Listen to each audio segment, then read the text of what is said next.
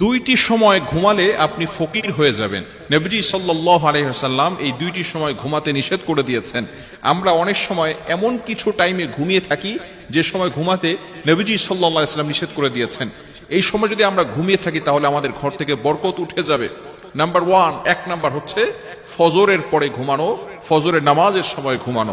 নবীজি সাল্লাল্লাহু আলাইহি ওয়াসাল্লাম এই সময় ঘুমিয়ে থাকতে নিষেধ করে দিয়েছেন।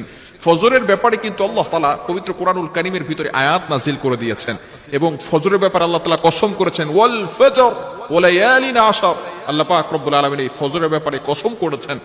শুধু তাই নয়, এই সময় কিন্তু আসমান থেকে ফেরেশতারা রহমত নাজিল করেন এবং রিজিক নিয়ে প্রত্যেকটা ঘরে ঘরে পৌঁছে দেন।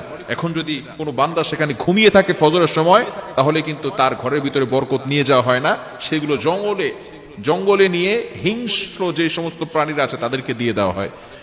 শুধু তাই নয়, বুখারী শরীফের হাদিস, নবীজি সাল্লাল্লাহু আলাইহি সাল্লাম এই ফজরের ব্যাপারে যাতে করে বরকত হয় এই জন্য দোয়া করেছেন। তিনি দোয়া করেছেন, আল্লাহুম্মা বারিক লি উম্মতি ফি বুকুরিহা, আয় আল্লাহ আমার উম্মতের সকালটা বরকতময় করে দেন। আল্লাহ পাক রব্বুল আলামিন এই দোয়াটা কবুল করে নিয়েছেন। অনেকের ঘরে বরকত হয় না, এর কারণ হচ্ছে যে ফজরের সময় সে ঘুমিয়ে থাকে, যার কারণে তার ঘর থেকে দারিদ্রতা যায় না, দরিদ্রতা দূর হয় না, অভাব অনটন লেগেই থাকে। টাকা ইনকাম করে ঠিকই, কিন্তু অভাব অনটন যায় না, সে ফজরের সময় ঘুমিয়ে থাকে। এই জন্য অবশ্যই ফজরের সময় ঘুমানো যাবে না এবং ফজরের পরে ঘুমাবেন না। অনেক সময় কিছু মানুষ আছে ফজরের নামাজ পড়ে তারপর আবার ঘুম না, এই সময় আপনি আমল করেন, কিছুক্ষণ পরে ঘুমান।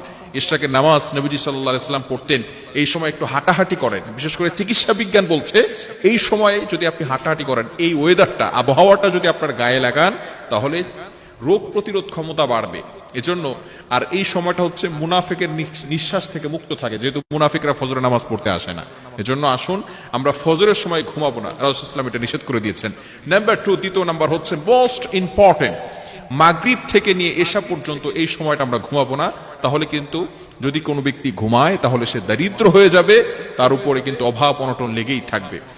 নবীজি সাল্লাল্লাহু আলাইহি ওয়াসাল্লামের হাদিস এসেছে, যদি কোনো ব্যক্তি মাগরিবের নামাজের পরে ঘুমিয়ে যায়, আল্লাহ রাসূল সাল্লাল্লাহু আলাইহি ওয়াসাল্লাম তার উপরে লানত করেছেন। রাসূল সাল্লাল্লাহু আলাইহি ওয়াসাল্লাম মাগরিবের নামাজের পরে ঘুমাতেন না, কোন সাহাবী নামাজের পরে ঘুমাতেন না, ইশারের নামাজের পরে ঘুমাতেন। মাগরিবের নামাজের পরে ঘুমাবেন না। হ্যাঁ, যদি কোনো ব্যক্তি অসুস্থ থাকে, কোনো ব্যক্তি যদি সারাদিন সফর করেছে, সেটা ভিন্ন বিষয়। কিন্তু কিছু মানুষ অভ্যাসে পরিণত হয়ে গিয়েছে, মাগরিবের নামাজের পরে সে ঘুমিয়ে থাকে। মাগরিবের নামাজের পরে ঘুমাবেন না। হাদিসের ভিতরে এসেছে মাগরিবের নামাজের পরে ঘুমানো, এটা সাহাবায়ে কেরাম করতেন না। নবীজি সাল্লাল্লাহু আলাইহি ওয়াসাল্লাম মাগরিবের নামাজের পরে ঘুমাতেন না। হ্যাঁ, তিনি তাড়াতাড়ি এশার নামাজ পড়ে তাড়াতাড়ি ঘুমিয়ে যেতেন। কিন্তু আমরা মাগরিবের নামাজ পড়ে একটু ঘুমাই, আবার দেখা যাচ্ছে সারা রাত ধরে আমরা ফোন ইউজ করে থাকি, বিভিন্ন ভাবে আমরা অন্য কিছু ব্যবহার করে থাকি। এজন্য এই দুইটি সময় ঘুমানো থেকে আমরা বিরত থাকবো। দুইটি সময় যদি ঘুমাই তাহলে কিন্তু দরিদ্রতা চলে আসবে। নাম্বার ওয়ান, এক নাম্বার হচ্ছে ফজরের সময় ঘুমানো যাবে না, ফজরের পরে ঘুমানো যাবে না। নাম্বার টু, দ্বিতীয় নাম্বার হচ্ছে মাগরিবের নামাজের পরে এশা পর্যন্ত এই সময়টা ঘুমানো যাবে না। আল্লাহ তাআলা আমাদের সকলকে বুঝার তৌফিক দান করেন।